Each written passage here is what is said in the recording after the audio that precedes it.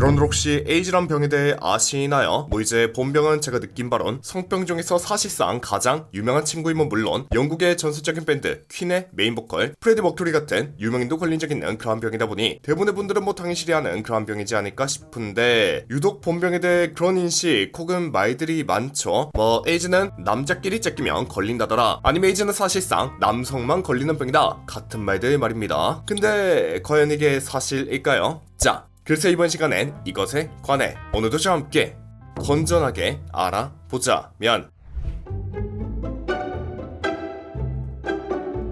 일단 오늘의 이야기를 하기 전에 먼저 HIV와 에이즈에 대해 조금만 얘기하고 가자면, HIV란 인간 면역 결핍 바이러스의 줄임말로 이름에서 알 수 있듯 인간의 면역을 결핍시키는 바이러스입니다. 그리고 에이즈란 그 HIV, 즉 바이러스에 감염된 이후 나타나는 일종의 질환 혹은 증상 묶음이라 하죠. 그러니까 HIV는 감기 바이러스 같은 바이러스, 즉 병의 원인체이고, 에이즈는 감기 바이러스에 걸리면 발생하는 결과, 즉 기침 같은 거라 보면 된다고. 그래서 오늘 우리의 주제, 남성과 에이즈라는 주제는 엄밀히 따지면 그것과 같아요. 이제 근데 세간에 남성이 감기에 더 잘 걸리더라 하는 인식이 있는데, 이거 세간에 알아보자면서 남성과 감기 바이러스를 주제로 잡지 않고 남성과 기침을 주제로 잡고 가는 거랑 이건 좀 이상하긴 하죠. 애초에 감기에 걸려야 기침을 하듯 HIV에 감염이 돼야 에이즈가 나타나는 거니 말입니다. 그래서 오늘 우리의 주제도 좀 제대로, 다시 말해 남성과 에이즈가 아니라 남성과 HIV로 다시 잡고 돌아와 정말 남성이 HIV에 더 많이 감염이 되는가를 살펴보자면, 이제 미국 질병통제예방센터에서 말하길 2022년 신규 HIV 감염자 중 약 81%가 남성이었으며, 그 중에서도 남성 간 관계의 경로가 전체 67% 이상을 차지했으면 물론 유럽에서 역시 꽤나 비슷하게 여성 HIV 감염 사례 대비 남성의 경우가 거진 한 3배쯤 더 많은 모습을 보였다 하니, 최소한 서구권만 놓고 보면 남성이 더 많다는 건 느낌이 아니라 통계적으로도 사실인 겁니다. 그럼 여기서 질문을 잠깐 바꿔보죠. 대체 왜 남성에게서 그렇게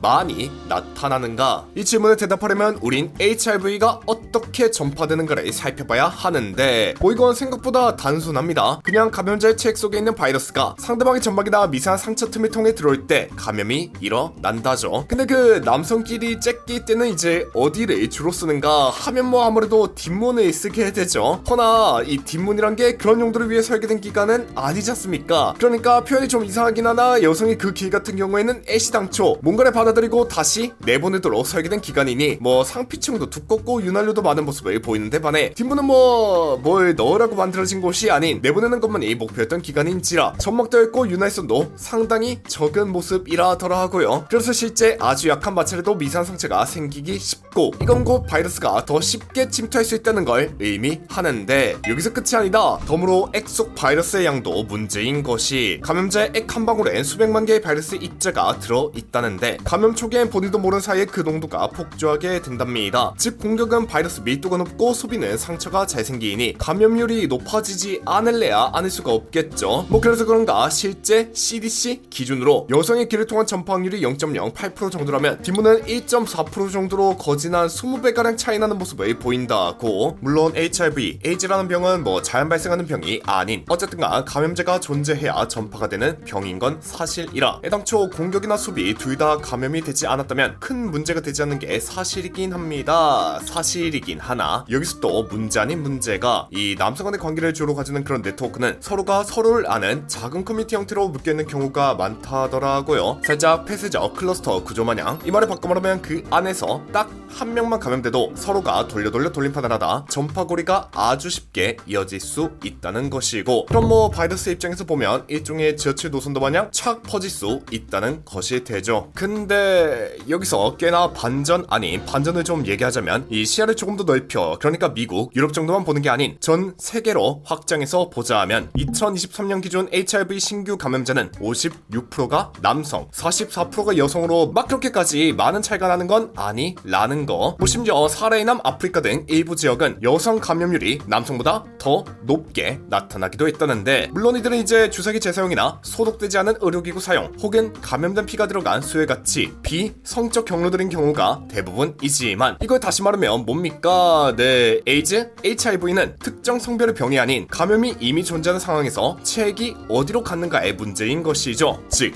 정리하자면 남성끼리 째끼는 경우 상처가 쉽게 생기는 뒷문을 사용하기 때문에 HIV 감염이 더 쉽게 일어날 수 있는 건 사실이고, 그래서 실제 미국이나 유럽 같은 경우 남성이 훨씬 더 높은 HIV 감염률을 보이나 의료 인프라가 약한 국가들 포함 전 세계를 기준으로 보면 남녀 간의 감염률 차이가 막 그렇게 크진 않다 정도가 될 것 같네요.